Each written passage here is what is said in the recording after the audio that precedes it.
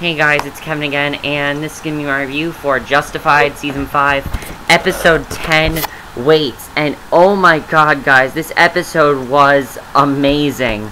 There was so much shit that went down this episode. Literally, so much happened in this episode. And it was another really long episode, but it was a really entertaining episode. And definitely, in my opinion, the best episode of the season. Because those last three scenes, holy shit, those last three scenes were amazing. There are three very important scenes at the end of this episode that are really amazing. And I loved everything that happened in this episode. It was really, really great. And I really loved this episode. It was so good.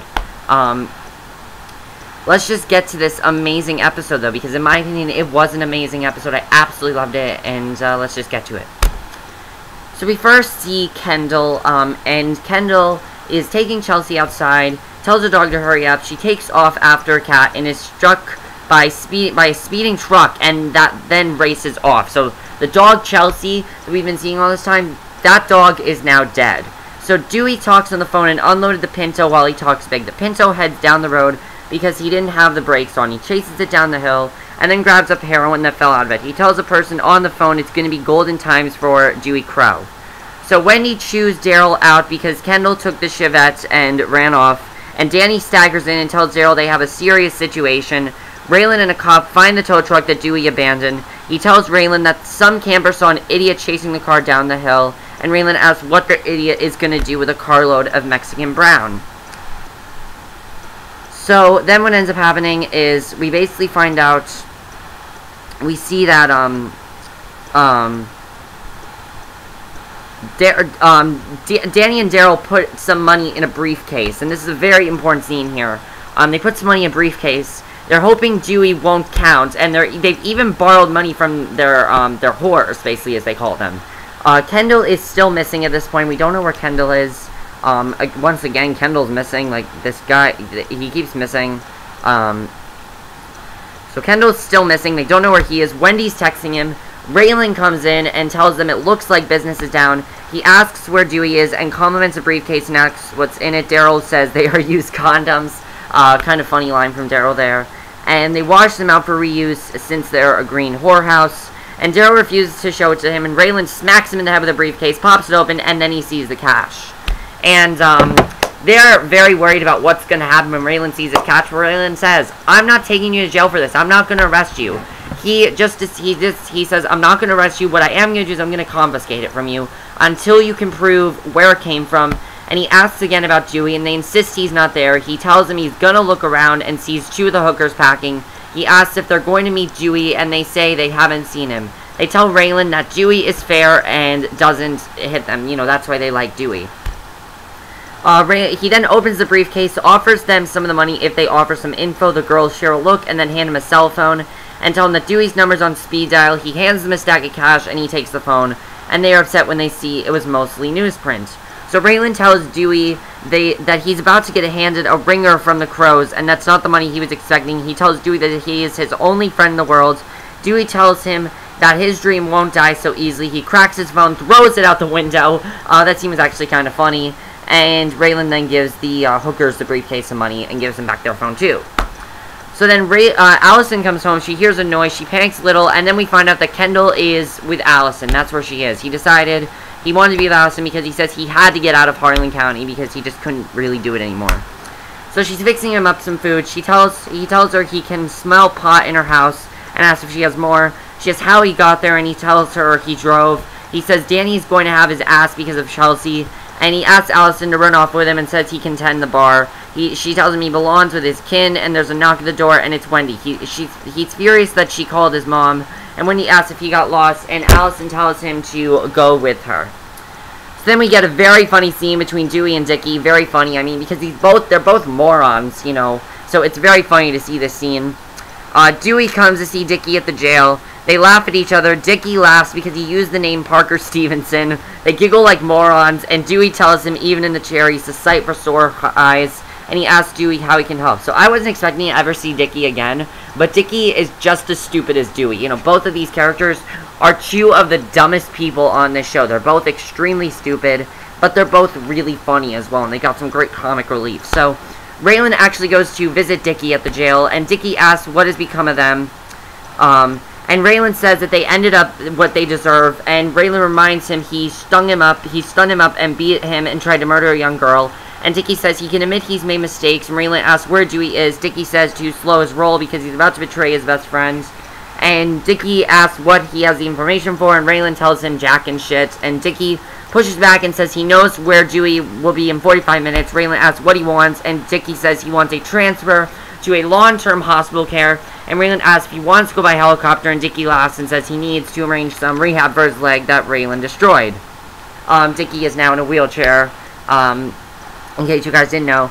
Raylan tells him he's an asshole, that he got what he deserved, but if the info is good, he'll discuss about circumstance for him. So Dicky tells him to take Route 9 south until he sees his asshole and then crammed up inside. And Raylan stares at him amused. Raylan tells him Dewey came to him looking for a home for the heroin, so he assumes he sent him to one of the Bennetts who will give it back to the Crowes. He can just wham the show back up with it. Tells Dicky thanks, and Dicky flips him off. Dewey shows up to Dicky's contact, who tells him they don't have enough cash on him for this amount. The guy says he's got to call him money people and goes off with his phone.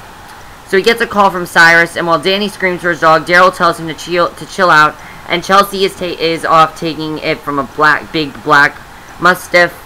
And Wendy and Kendall come back in, and Danny asks where Chelsea is. Kendall snaps, tells him she chased an animal and got run over. He tells him that's why he ran, because he knew he'd go crazy. Danny lunges at him, said he'd kill him, and Kendall asks if he'll kill him like he did the Haitian. Daryl blows up at this revelation. He orders Danny to go get the heroin and says they'll give Chelsea a proper burial, and he tells Kendall to get Chelsea's body. Tells Danny to get his mind right and punches him for lying about the Haitian, and he says when it's all done they're gonna have a family conference. So Dewey walks with Cyrus to get on the money guy, but it's Danny that shows up. The Crows pull guns on each other and they yell at each other. Cyrus tells Dewey to give Danny the bag and also tells Danny to give him his 3 bricks as payment. He tells Dewey to come with him and get what's coming to him, and Cyrus tells Dewey he can have a 3-second head start, and he goes off. So that's what he does. So Danny cries over his dead dog, tells her he's sorry. Raylan comes up and tells him he's sorry for his loss. Danny tells him to show some respect. Raylan tells him he doesn't miss the dog, and Danny tells him where he got Chelsea. And they go on and on about things, about the dog. And eventually it goes to Danny saying about the 21-foot rule again.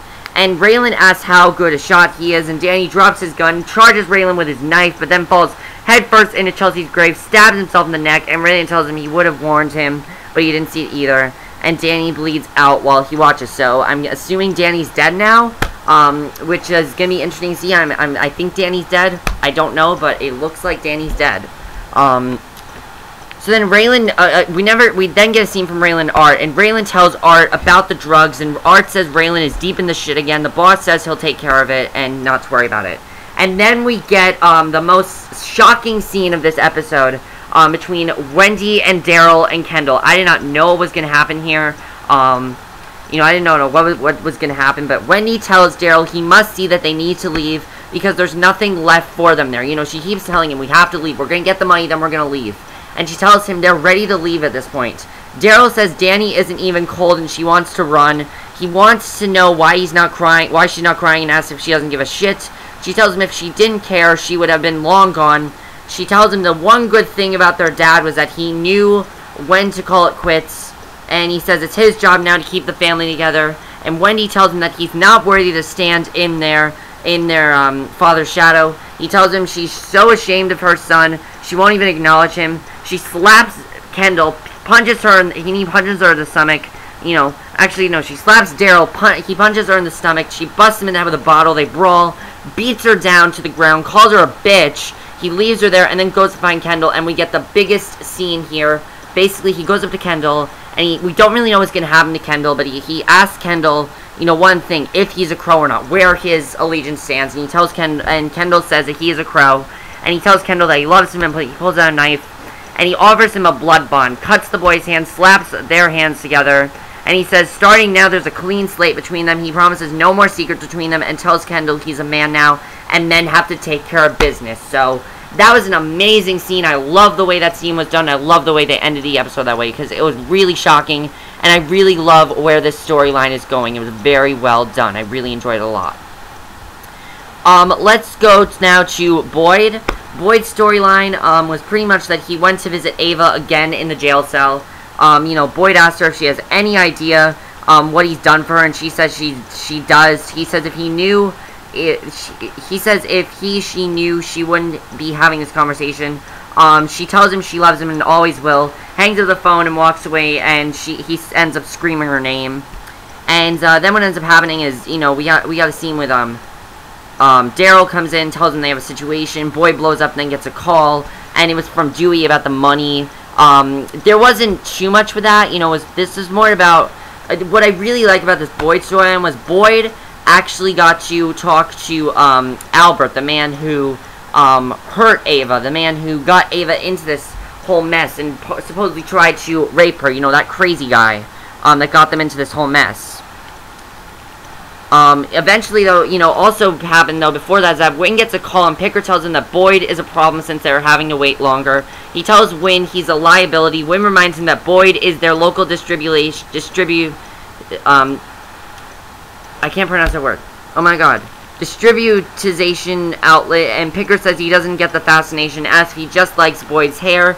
Picker tells him that Boyd will get him killed, and that he could make him rich. So, that's what they plan to do there. You know, that's what they want to do. And, eventually what this leads to, though, is Boyd watches, the prison guard get hit on by a hard, you know, he goes in there, he's still in the jail at this point, he's watching the prison guard get hit on, by this one girl, and what ends up happening, though, is we see Boyd, and I really loved where this storyline went. It was very well done. Boyd is talking to Albert, you know, he actually talks to Albert, and I really love the scene. And he tells him, you know, not to what he thinks about what he's doing. And Boyd asks what he thinks he's going to do for him. And Boyd basically says, tell me, you know, how you got her there, how many cuts. And he's like, how many cuts? Amazing scene, by the way, from Walton Goggins here. And Albert tells him he has a condition. And Boyd says, everyone has one. Boyd tells him he has a woman doing a long stretch because of his lie. Albert says he's sorry, but he can't fix it. Boyd is at this point, he's ready to kill him. He pulls that knife, asks how many times he stabbed her to make it look like Ava did it. And Albert says 2 times. Boyd says it must have taken a lot of nerve to do that. And then we get an amazing, shocking, very shocking scene. I didn't expect us to get something like this. You know, I expected this guy to just be crazy. Turns out he's actually in love with Ava. You know, he says he loves Ava and would never hurt her. He says he loves her but didn't have the power to make her his own. And he cries and says he loves her. And Boyd cuts his rope and tells him to go before he changes his mind. So I really like that scene because we got to see that he actually had a bigger reason for doing this, and I just thought that was very well done. And that was definitely one of my favorite parts of the episode by far. I love that part. Now let's go to Ava's storyline. Ava's storyline was huge in this episode. We know that she has to kill Judith, and we were not sure if she was going to do it at first. She's staring at Judith, and she's called to come talk to a visitor, and it was Boyd. You know, they had that whole conversation that I just talked about. And, basically, Judith sits reading. Ava watches her. She grabs a shiv from under her pillow, follows her into the bathroom where Judith is nabbing a smoke. She approaches her.